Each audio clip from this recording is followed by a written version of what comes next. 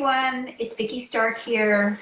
I'm happy and excited to be able to do another Tuesday evening Q&A live on Facebook. And it's just getting amazing how many questions are coming in every week. I had so many questions tonight, and I'm really, really sorry that I can't get to all of them because I'd be on for an hour. But I've chosen 4 questions that feel as though they're the kinds of things that the largest number of people might be wondering. And so we'll get started, and hopefully these will help you and might be useful to you as well as to the people who submitted the questions. So the first question is from Jo. And she says, I'm a few years out now and over the initial shock and coming to acceptance and rebuilding a new life. However, the one ongoing issue I now have is that I don't trust anyone anymore, not in romantic relationships or any other relationships. I see everyone as being able to abandon me at any minute. So while I enjoy these relationships, the companionship, etc., I can no longer sink in, relax, and trust people. Is there some way or technique to fix my trust issues? So this is a very common issue. I've heard this from lots of people who are a little further out, a couple years out, 2-3 years out, who might be starting to date again.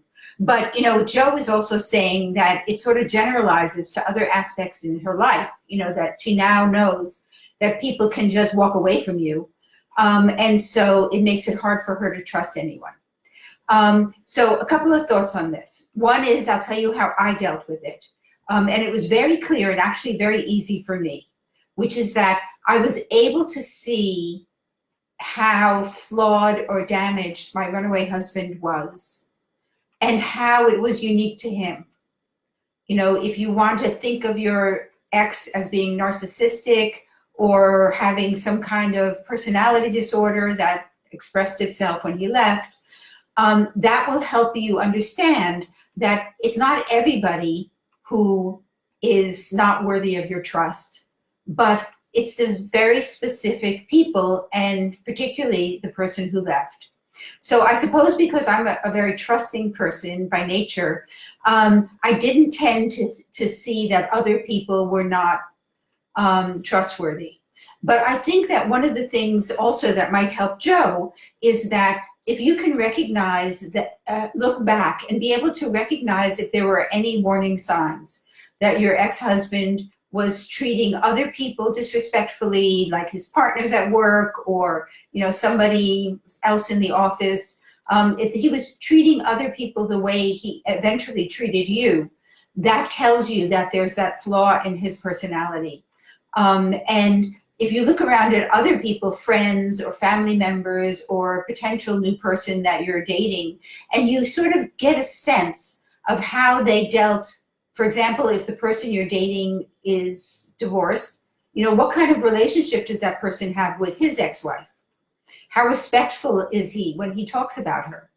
And that will give you a clue as to how trustworthy other people around you are, based on how they refer to an ex-wife or somebody in the office that they're having conflict with or whatever. So from the bottom of my heart, I really hope that you don't let what happened with your ex-husband color all of your future relationships, because it's so important to be able to let yourself open your heart and let people into your life and to trust again and to assume that what happened with your ex-husband is not representative of the way most people behave in this world. Okay, second question is from Kat, and she says, I can't stop wanting to write my runaway husband emails explaining how the kids and I are doing, since he's just fine and happy. I just can't fathom that he's completely okay with the kids and me hurting. I just want him to feel remorse or regret or something. I know I'll never get that, but how do I stop writing? I feel like I should let him know what he did to us to make him feel worse in a way. And man, don't we all have that wish? You know, that's like the universal wish for everyone in this community. We all wish that he could hurt, you know, that he would feel 1/10 of what you're going through. You know, that he would hear how you're suffering, and he would feel really miserable about it.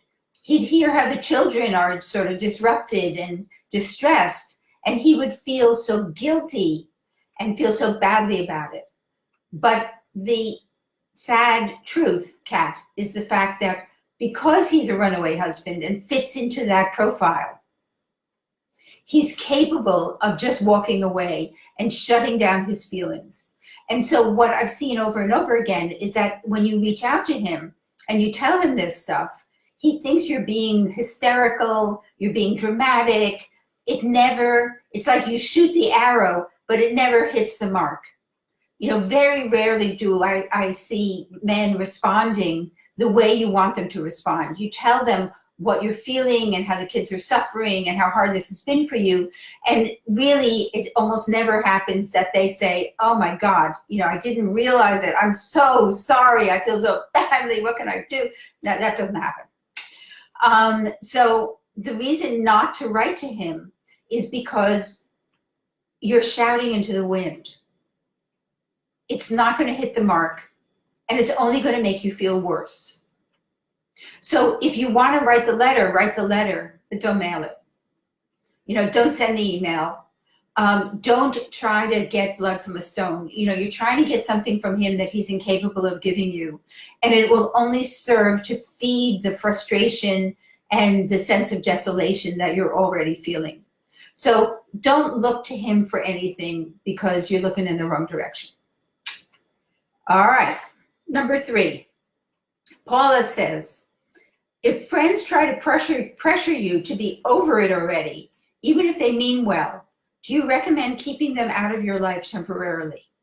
I sat across from a longtime friend for dinner the other night, and she made several comments, not ill-meaning, but utterly ignorant of the scope of pain. And it feels unhealthy to be around her. But what a shame to lose a friend. Any thoughts on this? So yeah, I mean, certainly that's the beauty and the pleasure of being part of this community, is that, you know, we're around people who get it. And so few people get it. Even a lot of therapists don't get it. You know, people feel like, all right, it's 6 months already. Yeah, people get divorced, move on, get over it. And they don't understand the profound sense of betrayal that you experience when you have this kind of a separation or divorce. And so friends, you know, they want you to be happy, you know, and it's hard for them to tolerate your pain and your misery and that expression on your face of feeling half dead. You know, it's very hard for them to tolerate it. And so they want to encourage you it's time to move on, it's time to get over it. And they don't understand that it's the same thing as if you broke your arm and 3 days later somebody said, come on, let's go play baseball. And you said, no, it's still broken. And they said, wait, it's 3 days already. You know, that it takes the time that it takes to heal. And that's true for us as well. And that we're not going to heal in 6 months. And we're not going to heal fully in a year. And sometimes it takes time. It takes a year and a half. It takes 2 years. You know, so don't be scared if you're early on in this process. But to fully heal and feel as though you've passed through this phase takes time. So the question that Paula is asking is, what does she do with this friend? And really, don't lose friends. Just try to explain to the friend, it's more complicated than you think. And, you know, maybe let's not talk about it because it upsets me when you tell me to move on. But let's talk about something else. Because friends are so precious. And if it's really hurtful, you know, you can try to distance yourself from this friend for a little while. But, you know, it's important to try to keep your friend and maybe try to educate your friend.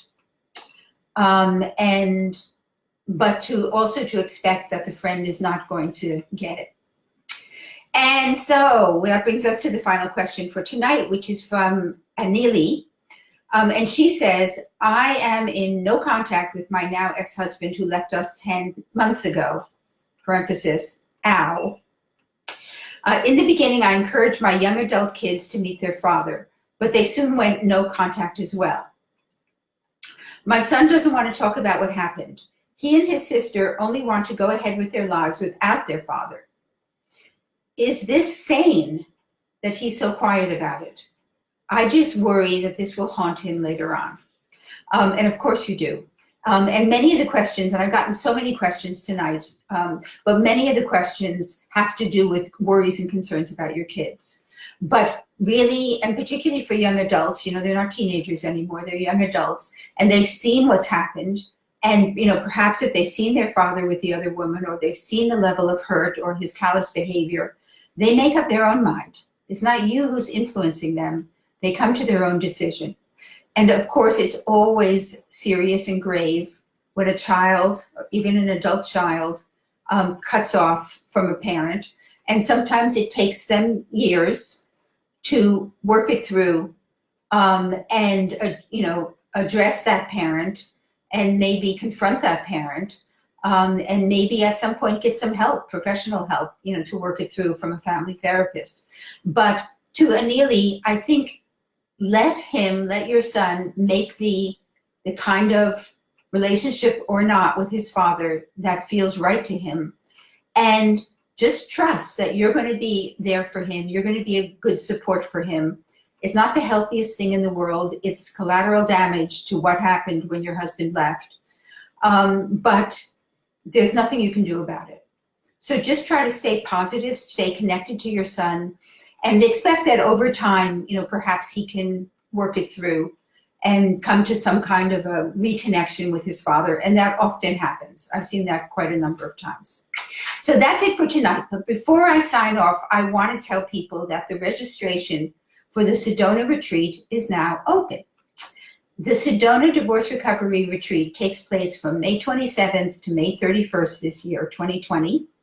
And I meet with 12 to 14 women in Sedona, Arizona. And we spend 4 amazing days together.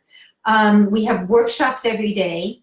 And we also travel around the Sedona, the phenomenally healing Sedona landscape.